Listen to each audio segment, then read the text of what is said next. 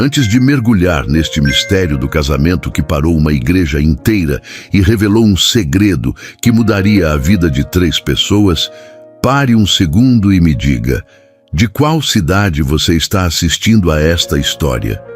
Queremos saber até onde o amor e os segredos conseguem ir. E se você gosta de histórias de paixão e mistério, já sabe, né? Deixe o seu like e se inscreva no canal para não perder o desenrolar deste drama. Aquele dia tinha tudo para ser o dia mais perfeito da vida de Alice. Ela estava radiante, vestida de noiva em um vestido de renda branca que parecia ter sido costurado pelos anjos. Os longos cabelos loiros estavam presos em um coque elegante e um véu de seda caía em cascata sobre seus ombros. Ao lado dela, no altar da igreja São Lucas, estava Victor.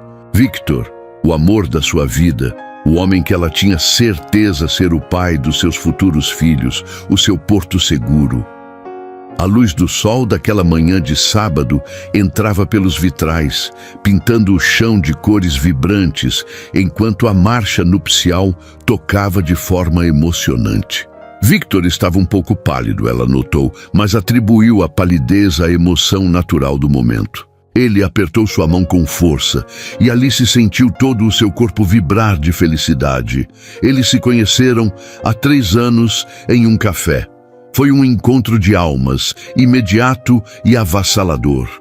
Victor era empresário, viajava muito a trabalho, mas sempre voltava para ela com presentes e declarações apaixonadas. As viagens, às vezes longas e inesperadas, eram o único ponto de atrito, mas ele sempre explicava que eram negócios importantes. E Alice, ingênua de amor, acreditava. Ela nunca desconfiou, sequer por um minuto, que a vida dele pudesse esconder algo tão profundo quanto um abismo. A cerimônia avançava em um ritmo suave, com o padre falando palavras bonitas sobre a união, a confiança e o sacrifício. Alice sorria.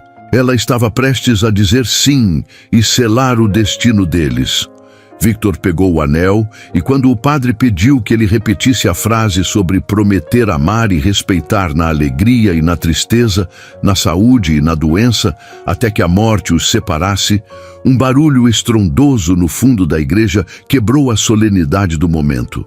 Era um som de gente, de vozes alteradas e passos apressados, misturado ao tilintar do sino de uma porta de vidro sendo aberta com força. Todos os convidados se viraram ao mesmo tempo, em uma onda de curiosidade e pânico. Alice sentiu o coração despencar no peito. O que era aquilo? O padre parou de falar, visivelmente incomodado. Victor, no entanto, parecia não só incomodado, mas petrificado. Seu rosto, antes pálido, ficou em um tom de cinza doentio, e ele soltou o anel que rolou pelo chão de mármore branco com um ruído seco.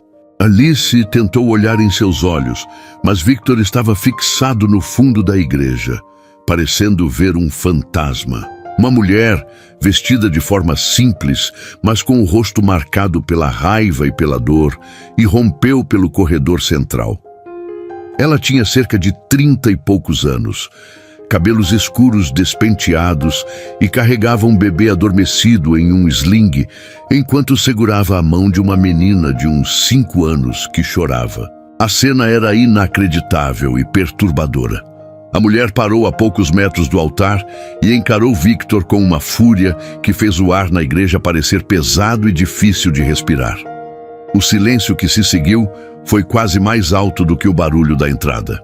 Foi a noiva, Alice, a primeira a sussurrar, sem entender nada, a pergunta que estava na mente de todos. Quem é essa, Victor? O noivo não conseguiu responder. Ele engoliu em seco, os olhos arregalados de horror. A mulher, que parecia saber exatamente quem Victor era, não hesitou em falar por ele. A voz dela era um misto de mágoa e revolta, e ecoou por toda a nave da igreja. Essa sou eu, Victor. E esta é a sua filha, Isadora. E este é o nosso filho, Daniel. E nós somos a família que você abandonou para brincar de casinha com essa moça aí. Um grito histérico veio da primeira fila de convidados. Era a mãe de Alice. O burburinho se transformou em um pandemônio. Alice sentiu o chão sumir sob seus pés. Ela olhou para a mulher, depois para as duas crianças, depois para Victor, que finalmente conseguiu mexer os lábios, mas só para murmurar algo ininteligível. A menininha Isadora chorava alto e olhava para Victor com olhos assustados. Victor, em um instinto primário, deu um passo para trás, como se quisesse fugir do altar e desaparecer. A mulher, percebendo a tentativa de fuga, deu mais 2 passos à frente. Você não vai fugir desta vez? Você prometeu que ia voltar, Victor, e eu descobri onde você estava. Onde está o seu amor por nós? Por que você estava aqui, prestes a se casar de novo, sendo que nós nunca nos separamos legalmente? As últimas palavras, nunca nos separamos legalmente, atingiram Alice como um raio. O que estava acontecendo ali era muito mais grave do que uma ex-namorada ciumenta. Era bigamia, era um crime. A história perfeita de amor de Alice se desmanchou em segundos, revelando uma teia de mentiras cruel e bem arquitetada. O mistério sobre as longas viagens de Victor, os telefonemas que ele nunca atendia na frente dela, o nervosismo exagerado dos últimos meses, tudo começou a se encaixar em sua mente de uma forma dolorosa e revoltante. Alice retirou o véu e jogou-o no chão, as lágrimas escorrendo pelo seu rosto perfeitamente maquiado. Sua voz tremia, mas estava carregada de uma decepção cortante enquanto ela se dirigia a Victor. Você me traiu. Você traiu a todos nós. Você tem outra família. A mulher interrompeu falando por Victor, cujo silêncio era a confissão mais clara. Eu me chamo Sofia e sou a esposa dele, ou pelo menos a mãe dos filhos dele, que ele jurou amar para sempre. A multidão estava em choque, alguns convidados se levantando para tentar entender o que estava acontecendo, outros pegando seus celulares para registrar o escândalo. A mãe de Alice foi amparada pelo marido, enquanto Victor estava imobilizado. Foi então que Sofia apontou para Victor e gritou com todas as suas forças a frase que viraria a vida de todos de cabeça para baixo. Você não é um noivo, Victor. Você é um mentiroso e esta cerimônia é uma farsa. O padre, sem saber o que fazer, apenas olhava de um para o outro em uma confusão que nunca havia presenciado em décadas de sacerdócio. O casamento, que deveria ser a celebração do amor, se transformou no palco de um drama de traição e segredos que estava apenas começando a ser revelado. O silêncio na igreja, após a revelação bombástica de Sofia, era de tal forma profundo que se podia ouvir a respiração ofegante dos convidados. Victor, o centro daquele furacão de segredos, finalmente encontrou a voz, mas ela saiu estrangulada, irreconhecível. Ele se virou para Sofia, ignorando completamente Alice por um segundo, e balbuciou: Sofia, por favor, não faça isso. Podemos conversar em outro lugar. Ele tentou dar um passo em direção a ela, talvez para acalmá-la ou, mais provavelmente, para calá-la. Mas Alice o impediu. Ela colocou a mão no peito dele, não num gesto de carinho, mas como uma barreira física de repulsa. Seus olhos azuis, antes cheios de felicidade de noiva, estavam agora duros e faiscantes, refletindo a dor da traição. Não, disse Alice, a voz surpreendentemente firme, apesar das lágrimas que manchavam sua pele. Ela tem o direito de falar. Todos nós temos o direito de saber o que você fez, Victor. Você é casado? A pergunta direta e simples desarmou Victor. Ele olhou para o chão de mármore, evitando o olhar de todos. Seus pais, que estavam sentados na primeira fila do lado do noivo, estavam pálidos. A mãe de Victor levou as mãos à boca, num misto de vergonha e choque, enquanto o pai se levantou, pronto para intervir e tentar abafar o escândalo. Minha filha querida, vamos sair daqui. O pai de Alice tentou puxá-la gentilmente pelo braço, mas ela permaneceu imóvel. Sofia, a esposa preterida, não recuou. Ela deu um passo à frente, ajustando o bebê adormecido no peito, e seu olhar foi de Victor para Alice, desta vez com uma ponta de pena. Ele é casado, sim, legalmente. Nós nos casamos há 6 anos na cidade natal dele, interior de Minas. E eu não sou apenas a esposa, sou a pessoa que tem suportado as ausências dele por anos, acreditando nas mentiras de viagens de negócios. Ele me mandava dinheiro, é verdade, mas dizia que não podia voltar porque os negócios estavam difíceis ou que a empresa exigia sigilo. Sofia apontou para o bebê. Ele viu Daniel nascer há 6 meses e sumiu logo depois, dizendo que precisava resolver um grande negócio que nos daria estabilidade. O grande negócio era você, Alice. Era construir uma vida nova e limpa, jogando a nossa fora. A menininha, Isadora, parou de chorar ao ver a mãe falar com tanta convicção e, com a inocência da idade, apontou para o terno de Victor. Papai, por que você não veio buscar a gente? A pergunta da criança foi o golpe final na pouca dignidade que Victor ainda poderia ter. A igreja inteira se voltou contra ele. Victor cambaleou e se apoiou na mesa do altar. Alice sentiu um nó de náusea no estômago. Não era apenas a traição romântica, era o fato de Victor ser pai. Ele havia planejado todo aquele casamento, falado sobre o futuro, a casa, a lua de mel, o desejo de ter filhos, sabendo que já tinha uma vida inteira e 2 filhos em outro lugar. A crueldade do engano era inimaginável. Você tem a cara de pau de falar sobre ter filhos comigo? Alice sussurrou, a voz carregada de veneno, olhando para o rosto da pequena Isadora, a prova viva da mentira. Ela deu um tapa forte e seco no rosto de Victor, um som que ecoou pelo silêncio atordoado. Victor nem sequer reagiu, apenas virou o rosto. Acabou tudo, Victor. Quem é você de verdade? Victor, forçado contra a parede, finalmente soltou o que parecia ser a sua única desculpa, uma justificativa frágil para anos de mentira. Alice, me perdoe. Eu não queria te machucar. Eu amo você. Eu amo você de verdade. Eu ia me divorciar da Sofia, eu juro. Eu estava esperando o momento certo, o momento em que pudesse garantir a eles uma segurança e sair dessa confusão sem que ninguém sofresse.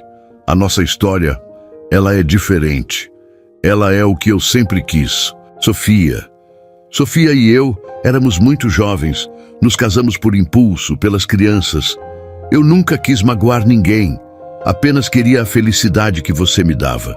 A confissão de Victor não acalmou ninguém, apenas adicionou gasolina ao fogo. Sofia riu, um som amargo e histérico. Felicidade? Você me deixou sozinha, Victor. Deixou nossos filhos?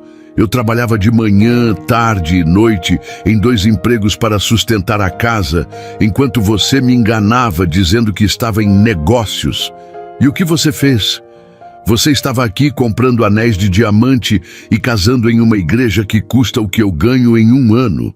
Você não queria me magoar, você acabou com a minha vida. Neste momento, a situação atingiu seu ápice. O pai de Victor, um homem grande e imponente, caminhou até o altar, puxou Victor pelo braço e tentou levá-lo para fora. Chega de show, Victor. Vamos para casa. Você vai resolver isso. Agora. Não toque nele. A voz de Sofia se elevou mais uma vez, defendendo seu direito de expor a verdade. Ele não vai a lugar nenhum até que me explique como ia me tirar da vida dele. Os seguranças da igreja, que haviam sido contratados para a festa, tentaram criar um cordão de isolamento, mas o drama era incontrolável. As mães dos noivos estavam chorando histericamente, uma de desgosto pela traição do filho e a outra pela humilhação pública da filha. Alice, contudo, fez o que ninguém esperava. Ela se acalmou, limpou as lágrimas com a ponta dos dedos e olhou para Sofia, de mulher para mulher. Onde vocês estão morando, Sofia? A pergunta pegou todos de surpresa, inclusive Sofia, que franziu a testa. Numa casa alugada na periferia de São Paulo. Ele disse que voltaria no mês passado. Ele vai te levar até lá e vai pagar pelo seu táxi e pelo seu almoço. Alice disse, fria e distante. Ela se virou para Victor, tirou a aliança de noivado do dedo e jogou-a com força no peito dele. A joia bateu no tecido do terno e caiu no chão, ao lado da aliança de casamento. Você não é mais o meu noivo. Você não é nada. Eu quero você fora da minha vida. Eu não quero dinheiro, não quero explicações, não quero nada. A única coisa que eu quero é que você suma e que você faça o certo por essas crianças. A atitude de Alice foi um choque de realidade. Ela não brigou por Victor, não se humilhou, mas se portou com uma dignidade que a todos impressionou. Ela se virou para a saída da igreja, mas antes de atravessar a porta, deu uma última olhada para Victor, que estava chorando com o rosto nas mãos. A dor era evidente, mas a verdade é que ele era o culpado. Alice saiu da igreja com seus pais a reboque. O casamento estava oficialmente cancelado, mas o drama estava longe de terminar. Sofia, com a vitória amarga nas mãos, encarou Victor mais uma vez. Nós temos muito que conversar, e não vai ser a portas fechadas. Você vai ter que olhar nos meus olhos e nos olhos dos seus filhos, Victor. Você não tem mais para onde correr. Victor, finalmente desmoronando, assentiu, a cabeça baixa, sem conseguir encarar a esposa e os filhos que havia abandonado por uma vida de fantasia. A família que ele construiu em segredo havia acabado de desmantelar a vida que ele tentava ter em público. A igreja São Lucas se esvaziou rapidamente, mas o eco do escândalo permaneceu suspenso no ar. Victor estava desolado. Seus pais, que haviam investido tempo e prestígio no casamento, estavam furiosos. O pai, com o rosto vermelho, puxou Victor para a sacristia, longe dos olhos de Sofia, que ainda estava no altar, consolando a pequena Isadora e embalando o bebê Daniel. O que você fez, Victor? O que você fez com o nosso nome? Como você pôde ser tão irresponsável? Nós te criamos para ser um homem de honra. A mãe, chorando silenciosamente, apenas olhava para o filho com profunda decepção. Victor, com a voz embargada, tentava se defender.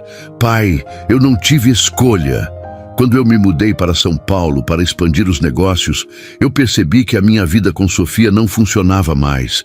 Éramos jovens demais. Eu a amo, sim, e amo meus filhos, mas o nosso casamento era uma rotina sem paixão, cheio de cobranças. Eu tentei me afastar, mas não conseguia deixá-los desamparados.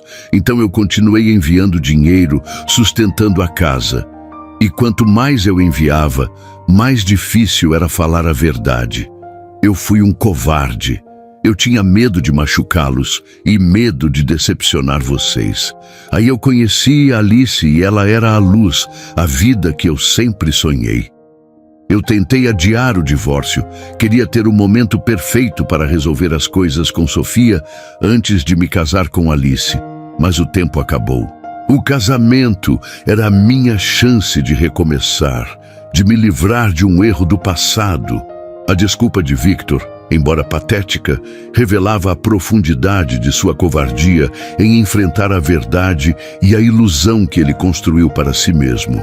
Enquanto isso, Alice estava em casa. Ela tinha se trancado no quarto, ainda vestida de noiva, chorando até que não restassem mais lágrimas.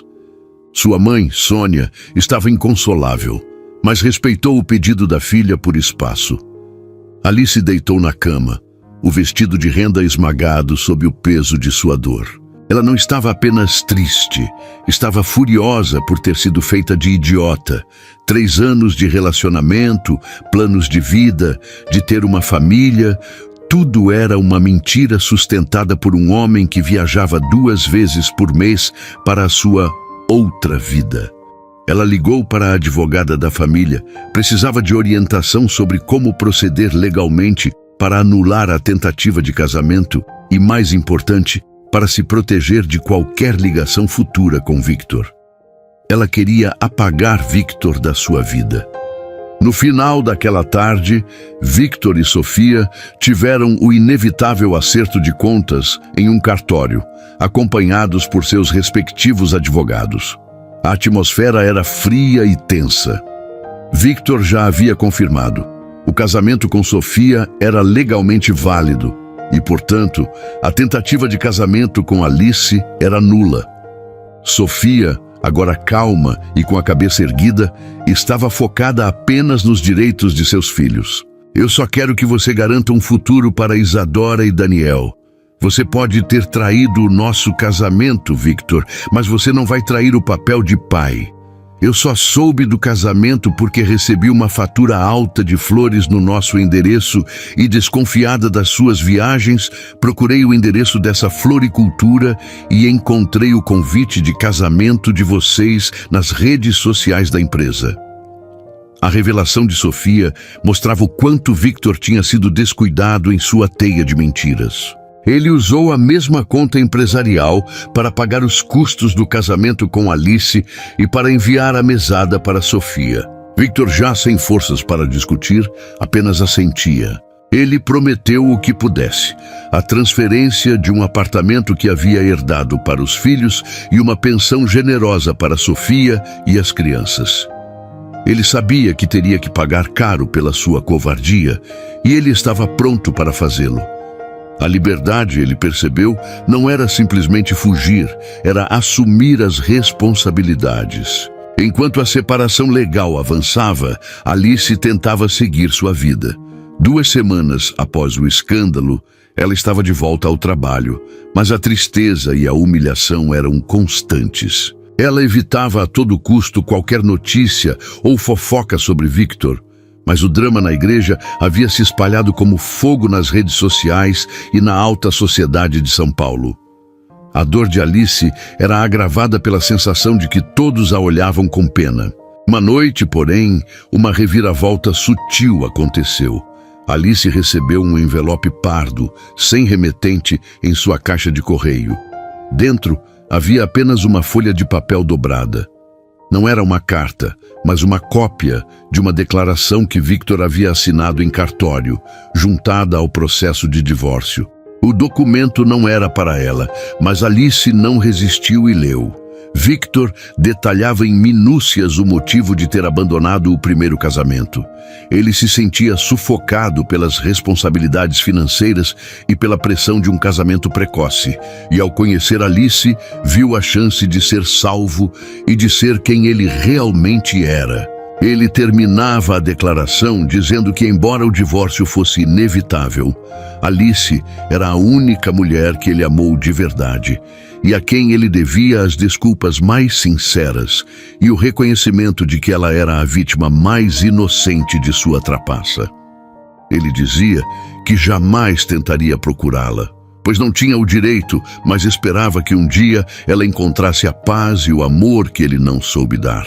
Ler aquelas palavras não fez o coração de Alice voltar a amar Victor, mas deu-lhe um conforto inesperado. Ele, o grande mentiroso, estava finalmente sendo honesto. Pela primeira vez, ela viu Victor não como um vilão completo, mas como um homem imaturo e covarde, preso nas consequências de suas próprias escolhas. O drama e a mentira eram reais, mas talvez o amor que ele sentiu por ela também fosse. Essa pequena e estranha confissão deu a Alice a força para começar a curar a ferida, focando não na traição, mas em sua própria força para ter saído daquela situação com dignidade. Ela ainda tinha um longo caminho a percorrer, mas agora ela não se sentia mais idiota. Sentia-se livre. Victor estava fora de sua vida, pagando pelo seu erro, mas Alice ainda estava solteira, ferida, mas pronta para encontrar um amor verdadeiro, um que fosse livre e sem segredos. O tempo, sempre o melhor remédio, foi o agente de cura na vida de Alice. O escândalo do casamento desfeito levou algumas semanas para esfriar nos círculos sociais. Mas o tempo deu a Alice a chance de reconstruir sua reputação e sua paz de espírito. Ela se dedicou intensamente ao trabalho, lançando um projeto ambicioso que finalmente a fez ser reconhecida por seu talento e não mais pela tragédia de seu noivado. Meses se passaram. Alice se mudou da casa que havia planejado decorar com Victor.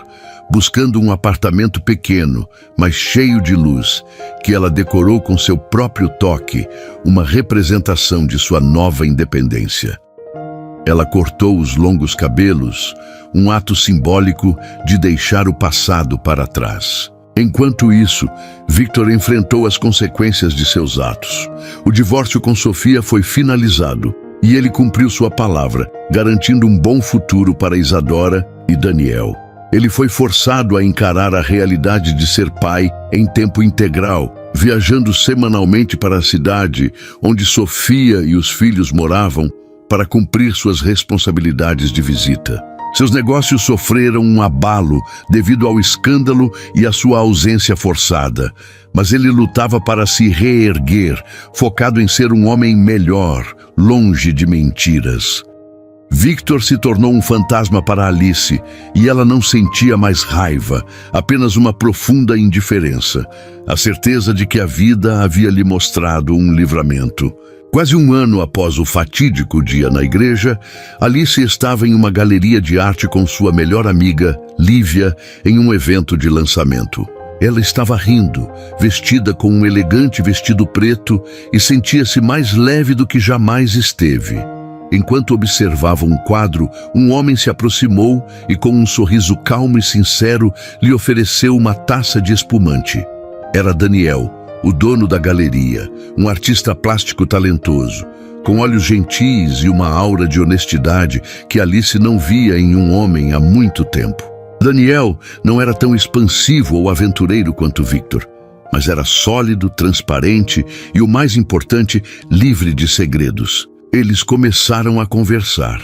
Daniel sabia quem Alice era, pois o escândalo tinha sido público, mas ele a abordou com respeito e admiração pelo modo como ela havia se portado.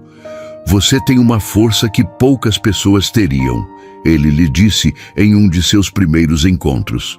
Alice se sentiu vista e não mais rotulada.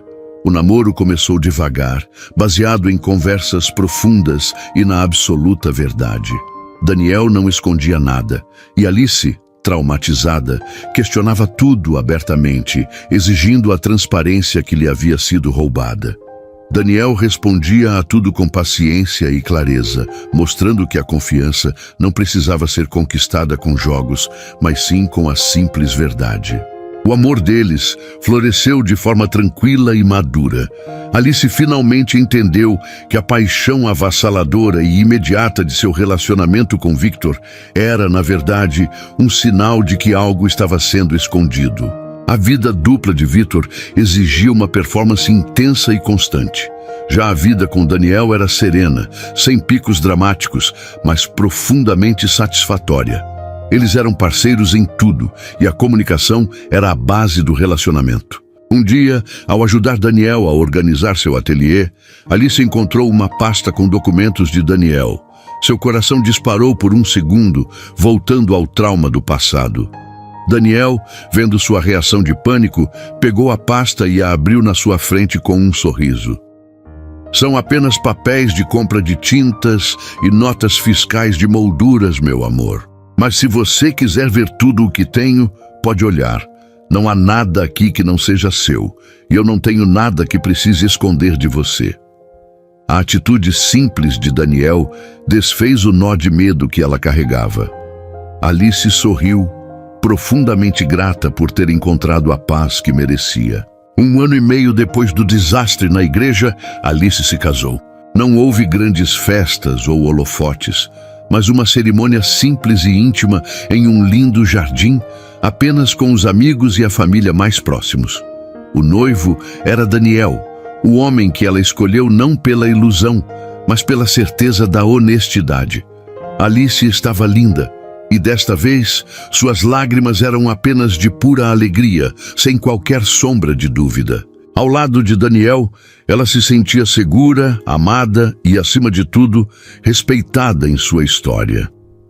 Victor, ela soube por terceiros, estava focado em seus filhos e se reestruturando profissionalmente. Ele nunca mais tentou contatá-la. O segredo e a traição de Victor foram dolorosos, mas trouxeram uma lição inestimável para Alice. A dor a obrigou a olhar para si mesma, a valorizar sua dignidade e a não aceitar menos do que a verdade absoluta em um relacionamento. O noivo, que tinha 2 famílias, forçou Alice a perder um amor de mentira para que ela pudesse finalmente encontrar um amor de verdade. No fim, o casamento não aconteceu, mas Alice ganhou algo muito mais valioso: a liberdade de ser amada por inteiro, por um homem que não tinha medo de ser exatamente quem ele era, sem máscaras ou segredos. E essa, para Alice, foi a história de amor mais feliz que ela poderia ter. Se você gostou dessa história, se inscreva no canal e ative as notificações, assim você não perderá nenhum vídeo. Ninguém no casamento percebeu, nem a família, nem os convidados, nem a noiva. Mas o homem que estava no altar escondia algo tão sério, tão profundo, que poderia destruir tudo. E o mais assustador é que a noiva só descobriu quando já estava longe de casa, trancada com ele na lua de mel, em um lugar onde ninguém poderia ajudar. Antes de ouvir esse caso, diga nos comentários de qual cidade você está assistindo essa história. E aproveite para se inscrever no canal Amor e Mistérios, porque aqui toda semana tem histórias de casamento com segredos, reviravoltas e finais que aquecem o coração. A noiva se chamava Helena. Ela tinha 32 anos e sonhava com o casamento perfeito.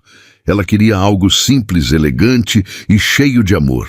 Depois de tantas decepções no passado, ela acreditava que finalmente tinha encontrado o homem certo. O nome dele era Marcelo, um homem educado, calmo, gentil e que sempre dizia as palavras exatas para conquistar. Todos diziam que ele era o par ideal. Mas ninguém sabia o que realmente estava por trás daquele sorriso. Helena conheceu Marcelo em um jantar de amigos em comum. Ele apareceu como alguém seguro, alguém que parecia já saber tudo sobre ela. Ele dizia que admirava a forma como ela falava, como pensava, como acreditava no amor.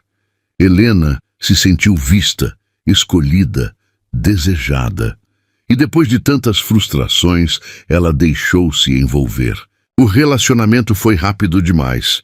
Em poucos meses, Marcelo pediu Helena em casamento, em um restaurante com música suave, vela acesa e um anel que brilhava como uma promessa. As amigas acharam tudo lindo. A família ficou emocionada. Helena chorou de felicidade, mas o pedido escondia algo que ela não sabia. Algo que ele precisava esconder até o dia certo. O casamento aconteceu em um sítio bonito, decorado com flores brancas e luzes douradas. Enquanto Helena caminhava até o altar, ela sentia que estava vivendo um sonho. Mas, ao mesmo tempo, algo dentro dela parecia inquieto. Era como se uma voz silenciosa tentasse avisar. Marcelo segurava suas mãos com firmeza. Seu olhar era profundo, mas frio por dentro. Só que ninguém notou, nem Helena. Ela repetiu os votos acreditando em um futuro perfeito. Não havia como imaginar que estava se casando com o homem errado. A festa seguiu com risos, abraços e música. Mas em determinado momento, Helena viu algo estranho.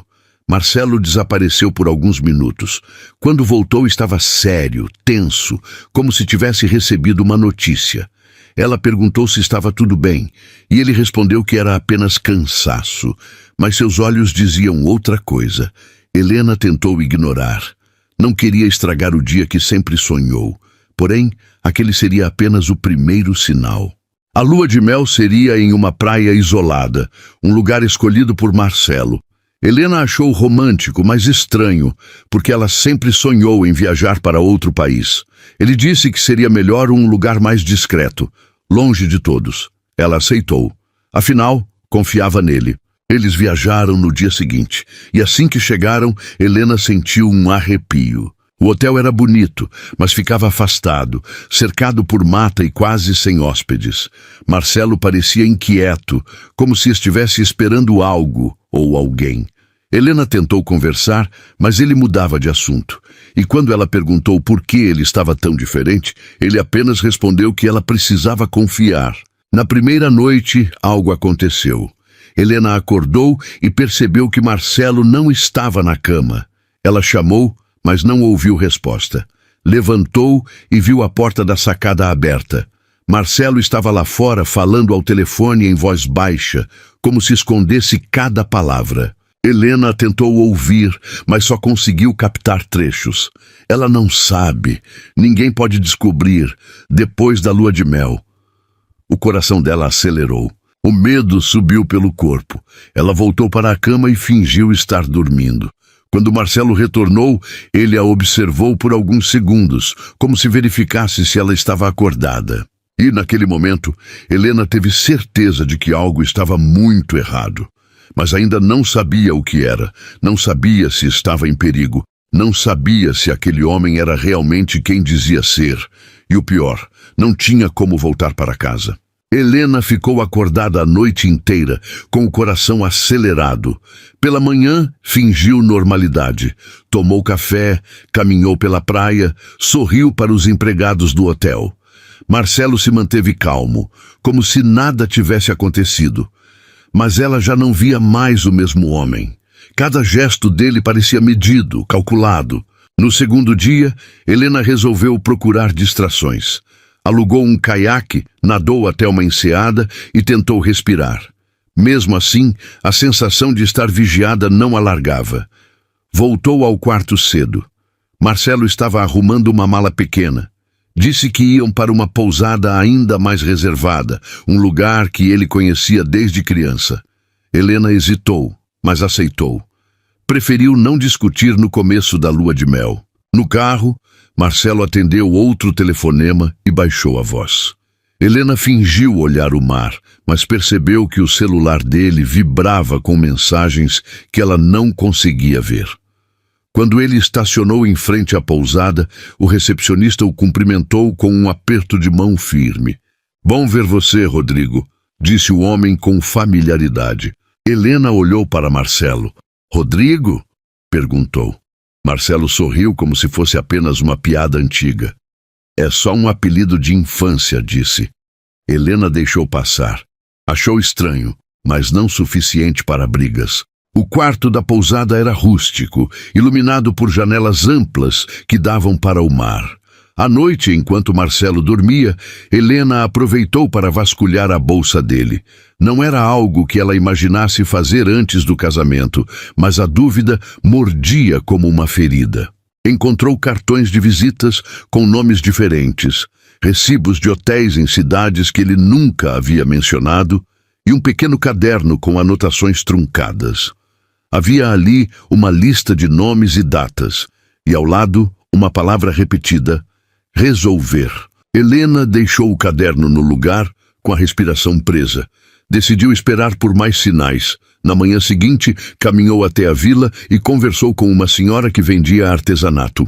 A mulher olhou para Marcelo e fez um comentário. "Você não é o mesmo Marcelo de anos atrás. Ele sempre vinha com outro nome." Helena sentiu o chão sumir. Perguntou mais, e a senhora comentou que o homem há muito tempo tinha sido visto com outro sobrenome, que trabalhava em áreas diferentes e que sempre procurava lugares com pouco movimento.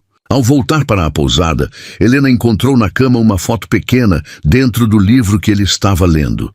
Era a foto de um casamento antigo. Na imagem, um homem que lembrava Marcelo apertava a mão de outra mulher, e no fundo, um menino sorria. Helena percebeu aquele sorriso como um espinho. Ela tinha certeza de que nunca tinha ouvido Marcelo falar de filhos, nem de um casamento anterior. Abriu o armário e, entre roupas, viu uma pasta com documentos. Pegou-a com as mãos trêmulas. Havia uma certidão de casamento com outro nome. Uma cópia de um passaporte em que o nome não era Marcelo, mas sim Rodrigo Alves. A foto do passaporte era a mesma pessoa, mas o nome era diferente. Helena fechou os olhos. Tentou lembrar se havia assinado algum documento com o nome verdadeiro dele. Nos dias que passaram juntos antes do casamento, tudo pareceu perfeito demais para desconfiar de nome ou passado. A adrenalina subiu. Ela colocou a pasta de volta e deixou o quarto com a mala no colo, sem que ele visse. No corredor encontrou Marcelo na varanda, olhando o mar. Chegou perto, já com a voz contida. Quem é Rodrigo? Perguntou. Marcelo virou devagar. O rosto dele se tornou uma máscara. Rodrigo é só um nome velho, disse. Tem certeza de que está bem, Helena? Você parece cansada. Ela viu ali a habilidade dele de inverter as coisas. Começou a duvidar de si mesma. Pensou que talvez estivesse exagerando, mas quando voltou ao quarto, encontrou uma mensagem no telefone dela. Relaxa, confia em mim. Vinha do número dele. A frase parecia calorosa, mas soou como aviso. Naquela noite, um barulho vindo do andar de baixo chamou a atenção. Helena escutou vozes abafadas. Foi até a janela e viu 2 homens conversando no jardim com lanternas. Um deles parecia ser conhecido por Marcelo. Eles falavam baixinho sobre dia certo e documentos prontos. Helena sentiu o mundo girar. Não era apenas um passado diferente. Havia algo sendo planejado, algo que envolvia outras pessoas. Ela tentou acelerar o raciocínio. Talvez fosse alguma dívida, um negócio mal resolvido ou até algo ilegal. A cabeça dela rodava com possibilidades. A verdade é que naquele momento ela se sentia só. Estava longe de casa, sem família por perto, casada com um homem que não era quem dizia ser, ou pelo menos não era inteiro com ela. O medo cresceu mais que a vontade de voltar. Imaginou a reação das amigas, da mãe, se soubessem. Não queria humilhação, queria respostas. Na manhã seguinte, antes do café, Helena entrou no escritório da pousada e pegou o computador da recepção. Pesquisou por Rodrigo Alves e o nome de uma pequena empresa citada nos recibos. Encontrou notícias antigas, pequenas matérias locais sobre fraudes e pessoas que tinham mudado de nome para escapar de credores. Um arquivo apontava processos arquivados com um nome que batia com o do passaporte. Seu estômago gelou. Não sabia se aquilo era prova suficiente, mas era o primeiro fio que ligava o homem ao que ela suspeitava. Quando voltou ao quarto e confrontou Marcelo com calma, ele suspirou fundo, como se esperasse a pergunta. Eu tenho passado difícil, iniciou. Coisas que não contei porque queria proteger você. Helena sentiu raiva e pena ao mesmo tempo. Pediu que ele explicasse tudo. Marcelo falou sobre erros do passado, sobre segredos que carregava, mas nunca confessou mudar de identidade. Falou em termos vagos, pediu perdão. Disse que tudo estava resolvido. Ela queria acreditar. Queria que o homem gentil que a pedira em casamento existisse de verdade. Mas uma parte dela já sabia que a lua de mel seria o lugar onde tudo iria se revelar. Naquela noite, decidiu vigiar. Escondeu-se atrás das cortinas e observou Marcelo sair para a varanda. Ele tirou do bolso uma chave pequena e abriu um compartimento secreto do criado mudo. Pegou um envelope e sussurrou ao telefone. Vai dar tudo certo. Amanhã eu termino. Helena viu o envelope. No bolso dele, uma etiqueta com outro sobrenome. Seu peito apertou. A verdade estava ali, diante dos olhos, e ela não podia mais ignorar. Ao deitar, pensou em como contar para a família, em como recomeçar. Mas uma coisa era certa, ela não podia mais fingir que nada acontecia. Precisava descobrir quem ele realmente era e o que pretendia fazer. E por mais que doeu, também sabia que enfrentar aquilo significava correr riscos. O que ela não sabia era quão longe aquelas mentiras iam alcançar. E se existiria tempo para fugir. Na manhã seguinte, Helena acordou antes de Marcelo. Ficou observando o rosto dele, tentando reconhecer o homem que havia amado. Mas quanto mais olhava, mais sentia que estava diante de um estranho. O envelope escondido, o nome falso, os telefonemas secretos, os homens na pousada, tudo se misturava como um nó impossível de desfazer. Ela levantou devagar e foi até a recepção. Pediu um táxi. Queria ao menos saber se conseguiria deixar aquele lugar sozinha. O atendente respondeu que não havia táxis na região e que somente Marcelo tinha agendado transporte para o casal. O coração dela afundou. Entendeu que estava isolada. Quando voltou ao quarto, Marcelo estava sentado na cama olhando para ela. Os olhos dele acompanhavam cada passo. "Saiu para onde?" perguntou com um sorriso educado demais. Helena respondeu que tinha ido tomar ar. Marcelo levantou, a abraçou e disse que tinha uma surpresa para ela naquele dia. Falou sobre um passeio de barco privado, longe da praia e das pessoas. Helena tentou recusar, mas ele insistiu, dizendo que faria bem aos dois. O medo cresceu como um aviso silencioso. No fim da manhã, enquanto arrumava a bolsa, Helena encontrou um bilhete dobrado dentro de sua mala. Em letras rápidas estava escrito: "Não vá, ele não é quem diz ser." Não havia assinatura nem explicação. A mão dela tremeu. Era alguém da pousada? Alguém dos homens que conversavam à noite? Ou outra pessoa que conhecia Marcelo ou Rodrigo muito antes dela? Guardou o bilhete no sutiã e desceu as escadas. Ao chegar no deck, viu o barco esperando. O marinheiro parecia desconfortável, como se estivesse obedecendo ordens. Helena percebeu o olhar dele evitando Marcelo. Entrou no barco com passos lentos e sentou ao lado da janela. A embarcação seguiu para águas mais profundas. O vento batia forte e o silêncio entre os dois era pesado. Marcelo segurou a mão dela e disse: "Helena, você precisa confiar em mim. Tudo o que faço é para proteger o nosso futuro." Ela perguntou de que futuro ele estava falando. Ele desviou o olhar e respondeu que havia gente perigosa que poderia prejudicá-los. O barco parou perto de um rochedo alto. Marcelo pediu que o marinheiro descesse para ajustar uma corda. Quando ficaram sozinhos por alguns segundos, Helena percebeu que era a primeira vez que não havia ninguém ao redor. A mente dela correu com pensamentos de fuga.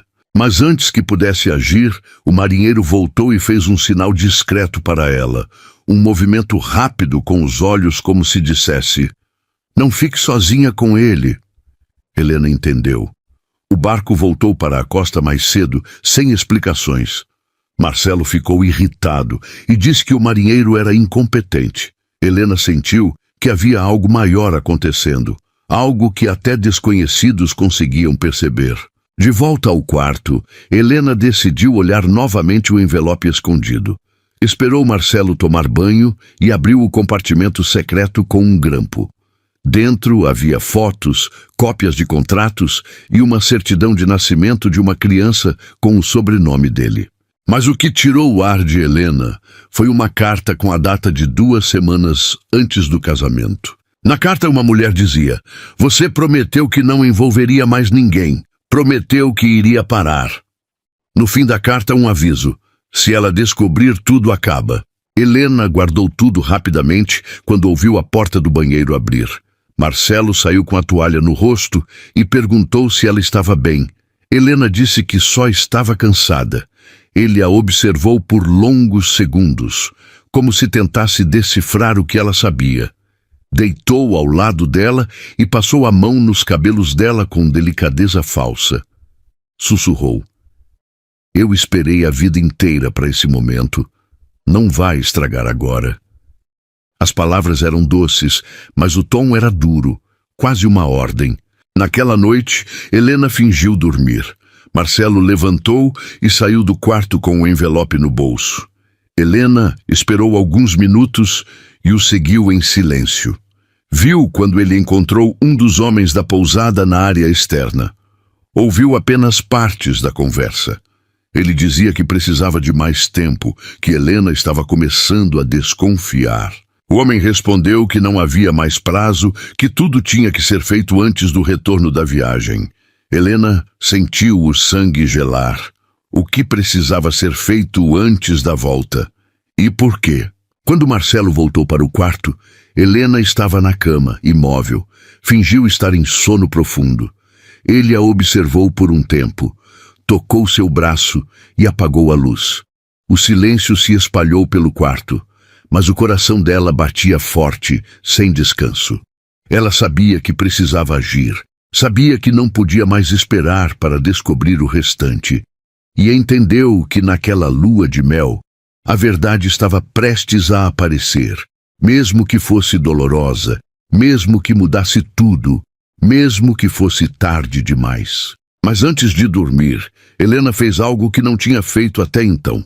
Pegou o celular e enviou uma mensagem para a melhor amiga, apenas com uma frase: "Se algo acontecer, procure por Rodrigo Alves." Quando amanheceu, o celular de Helena mostrava a mensagem enviada, mas nenhuma confirmação de entrega.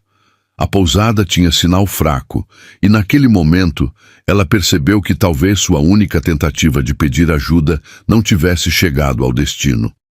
Marcelo preparava o café com uma atenção exagerada, como se quisesse mostrar normalidade. Disse que tinham o dia livre e que iriam caminhar por uma trilha até um mirante escondido. Helena sentiu o corpo travar. A ideia de caminhar por um lugar isolado, sozinha com ele, parecia uma armadilha. Ela tentou inventar uma desculpa. Disse que estava passando mal, que precisava descansar, que sentia tontura. Marcelo insistiu, dizendo que o ar fresco faria bem. Helena percebeu que não teria como recusar sem levantar suspeitas. Vestiu-se com calma, guardando às escondidas o bilhete encontrado na mala e o número da amiga escrito em um pedaço de papel. Saiu do quarto com passos calculados, analisando cada saída, cada pessoa, cada possibilidade. A trilha começava atrás da pousada, cercada por árvores altas que bloqueavam o sol. O som dos pássaros parecia distante. Marcelo caminhava à frente, guiando com segurança, como se já conhecesse o caminho. Helena percebeu que ele não consultava placas, nem mapas. Aquilo significava que ele já estivera ali antes, talvez muitas vezes, talvez com outras pessoas. O pensamento a fez estremecer. Depois de alguns minutos, um som inesperado ecoou pela trilha. Passos apressados vindo atrás. Helena virou e viu o marinheiro do barco se aproximando. Ele estava ofegante, como se tivesse vindo correndo. Ao alcançar Helena, fingiu amarrar o cadarço, aproximando-se o suficiente para sussurrar: "Volte para a pousada, não continue." Marcelo percebeu a aproximação e perguntou se havia algum problema. O marinheiro respondeu rápido, dizendo que só tinha vindo avisar sobre mudança do clima e risco de chuva forte. Marcelo agradeceu, mas seus olhos endureceram. O marinheiro se afastou, mas, antes de sumir pela trilha, olhou para Helena com preocupação. Marcelo segurou a mão dela e disse que estavam quase chegando. A trilha ficou mais estreita, com barrancos dos dois lados. Helena sentiu o coração bater forte, como se avisasse que aquele não era o lugar onde deveria estar. Quando chegaram ao mirante, o mar se estendia abaixo, com ondas que batiam contra as pedras. Era um lugar lindo, mas perigoso. Marcelo ficou atrás dela, colocando as mãos em seus ombros. Disse que aquele seria o começo de uma nova fase. Helena engoliu seco. Ela decidiu agir com calma. Falou sobre o futuro, sobre planos, sobre a vida que poderiam ter juntos. Tentou ganhar tempo. Perguntou sobre o passado dele, mas com um tom leve, como se fosse apenas curiosidade. Marcelo suspirou, disse que algumas coisas precisavam ficar enterradas, que a vida dele tinha sido complicada, mas que agora tudo estava sob controle. Helena perguntou se o nome dele era realmente Marcelo. Ele demorou alguns segundos para responder e disse que alguns nomes eram apenas ferramentas. Disse que o importante era quem ele era com ela. O vento soprou forte, levantando os cabelos de Helena. Ela deu 2 passos para trás, afastando-se da beira do penhasco. Marcelo percebeu o movimento e estreitou os olhos. O clima mudou. O silêncio ficou pesado. Helena disse que precisava voltar, que não estava se sentindo bem. Marcelo segurou seu pulso com força, mas sorriu, como se quisesse manter as aparências. Disse que voltariam então, mas que ainda tinham assuntos a resolver. No caminho de volta, Helena observava cada detalhe, pensando em como fugir. Quando chegaram à pousada, viu a senhora do artesanato conversando com o marinheiro. Ao ver Helena, a mulher fez um sinal discreto para ela entrar na lojinha. Helena disse a Marcelo que queria comprar água de coco e se afastou. Dentro da loja, a mulher fechou a porta e falou baixo: "Você não está segura. Ele já trouxe outra mulher aqui no passado. Depois, nunca mais vimos ela." Helena sentiu o chão sumir. Perguntou se ela sabia algo concreto, mas a mulher apenas disse que ninguém ousava falar sobre aquilo com medo de represálias. Helena voltou ao quarto com a cabeça girando. Marcelo estava sentado na cama, esperando. Disse que tinham recebido um convite para jantar em um restaurante afastado, na estrada.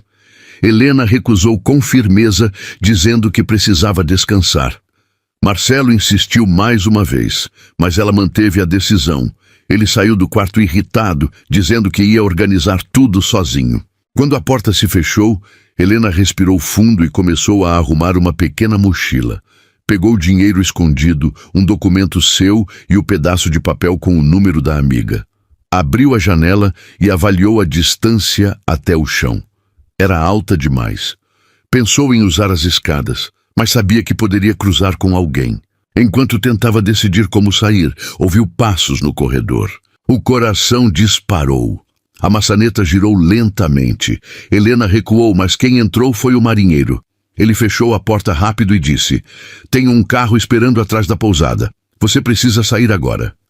Helena perguntou por quê. Ele respondeu apenas: "Porque hoje é o dia que ele falou que terminaria tudo." As palavras cortaram o ar como gelo. Helena pegou a mochila e seguiu o marinheiro em silêncio. Desceram por uma escada de serviço e saíram pelos fundos. O carro estava ligado, escondido entre árvores. Quando ela entrou no banco traseiro, ouviu um barulho atrás.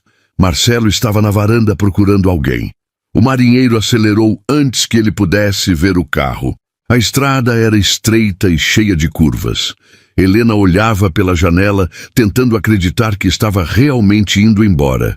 Mas no fundo, sabia que aquilo não era o fim, porque ela ainda não sabia o maior segredo.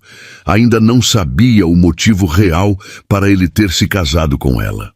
Ainda não sabia porque ela, entre tantas outras mulheres, tinha sido escolhida.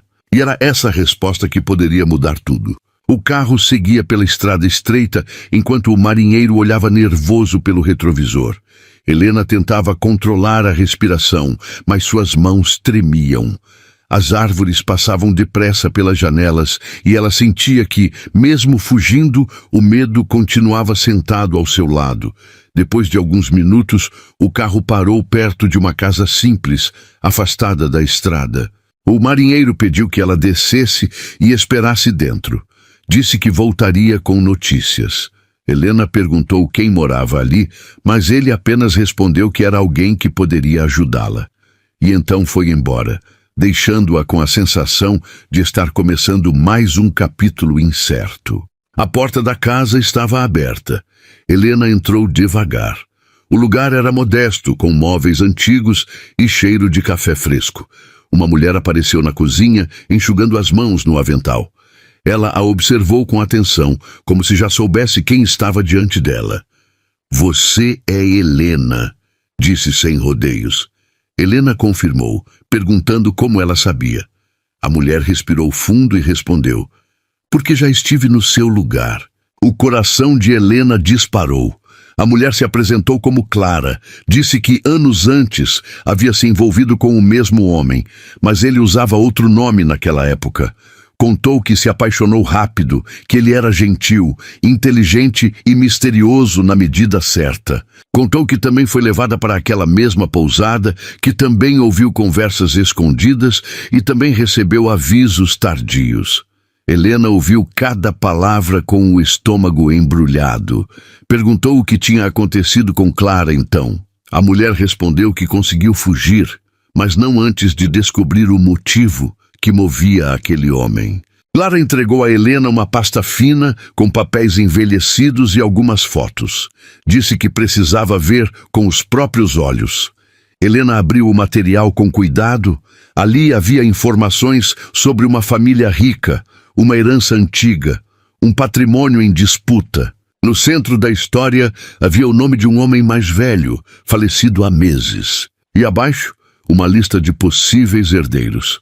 Uma linha chamou a atenção de Helena. Filha desaparecida aos 3 anos. E ao lado, rabiscado à mão, havia uma anotação. Localizada, confirmada. Helena sentiu o mundo girar. Ela olhou para Clara com incredulidade. A mulher assentiu. Ele acreditava que eu era a filha desaparecida, explicou. Mas eu não era. Quando ele descobriu, perdeu o interesse e sumiu. Helena tentou entender o sentido daquilo. Perguntou qual era a ligação dela com essa história. Clara olhou nos olhos dela e respondeu com calma, porque ele acha que a verdadeira filha é você. Helena recuou, como se tivesse levado um golpe. Disse que aquilo era impossível, que conhecia sua família, que sempre soube quem era. Mas Clara explicou que o homem acreditava ter provas, que tinha documentos antigos, fotografias, registros de hospitais.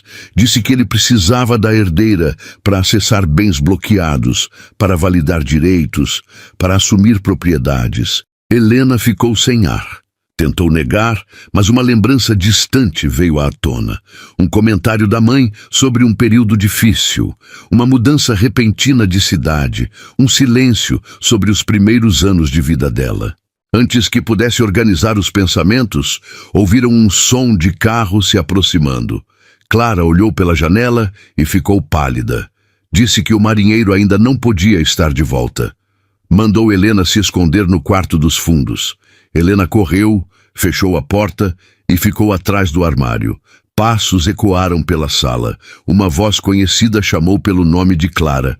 Era Marcelo. Ele perguntava com calma fingida, mas havia firmeza em seu tom. Dizia que sabia que Helena tinha estado ali. Dizia que ela não deveria ter saído. Helena prendeu a respiração, tentando não fazer nenhum ruído. Escutou objetos sendo movidos, portas abrindo, a madeira rangendo sob os pés dele. Clara tentava despistar, dizendo que estava sozinha, que não sabia de nada. Marcelo não acreditou. Disse que a pousada tinha câmeras externas e que viu Helena sair com o marinheiro. O medo tomou conta do corpo dela como uma onda gelada. A porta do quarto se abriu devagar. Helena apertou os olhos, pronta para ser encontrada. Mas quem entrou foi Clara, que rapidamente fechou a porta atrás de si. Ela fez sinal para Helena ficar em silêncio e apontou para uma pequena janela que dava para os fundos da casa. Disse que ela precisava escapar agora. Helena hesitou, mas Clara insistiu, dizendo que seguraria Marcelo pelo tempo que conseguisse. Helena abriu a janela silenciosamente e saltou para fora, caindo em uma área cercada por árvores. Correu sem olhar para trás, com o coração batendo como um tambor. A estrada apareceu diante dela, deserta e longa. Não havia carros nem casas, apenas o som do vento atravessando as folhas. Helena caminhou rápido, depois correu, tentando se afastar o máximo possível. Ao longe, ouviu um grito. A voz de Marcelo chamando seu nome. Ela acelerou ainda mais. Sabia que não podia ser encontrada. Sabia que precisava chegar a algum lugar seguro. Mas a grande pergunta ainda queimava dentro dela. E se aquilo fosse verdade? E se aquele segredo antigo tivesse ligação com ela? E se a vida inteira dela tivesse sido construída sobre algo que nunca soube? Helena continuou correndo, sem imaginar que o próximo passo revelaria algo ainda maior. Algo que mudaria para sempre o que pensava sobre si mesma, sobre seu passado e sobre o homem com quem havia acabado de se casar.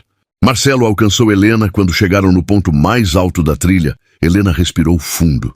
Era agora ou nunca. A Helena gritou. Eu não tenho herança nenhuma. Eu não tenho nada para te dar. Ele riu. Um riso curto, debochado. Você acredita mesmo nisso?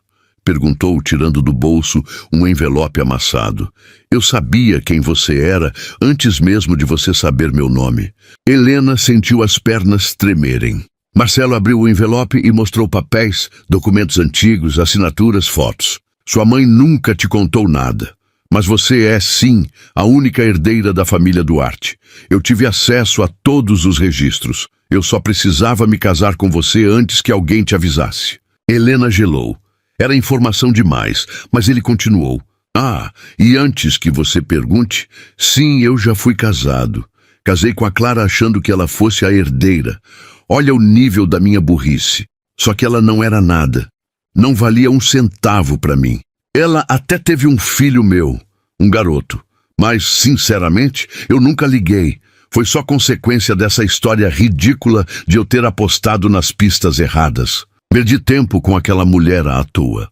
Quando descobri que era você, eu fiz tudo certo. Te conquistei, casei. Agora, você só precisa colaborar. Você é um monstro, e se depender de mim, você não terá nada. Eu não vou te dar nada, respondeu Helena firme. Nada. Marcelo mudou na hora. O rosto dele endureceu. Não brinca comigo, Helena.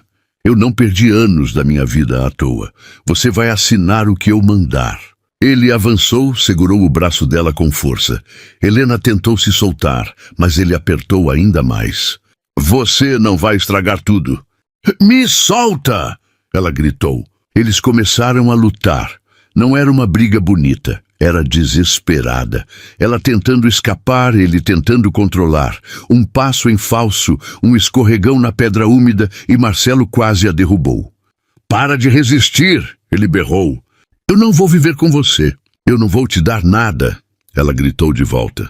Marcelo levantou a mão pronto para machucar.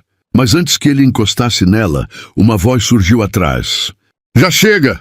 Era Clara com quem ele se casou antes e o marinheiro. E mesmo assim Marcelo não parou. Nisso Clara, que chegou na frente do marinheiro, tentou ajudar Helena. Mas uma terrível tragédia aconteceu. O marinheiro gritou não! Na briga, Marcelo empurrou Clara, que escorregou e caiu do penhasco, deixando seu filho ainda pequeno. Helena e o marinheiro ficaram em choque. Marcelo tentou culpar Helena.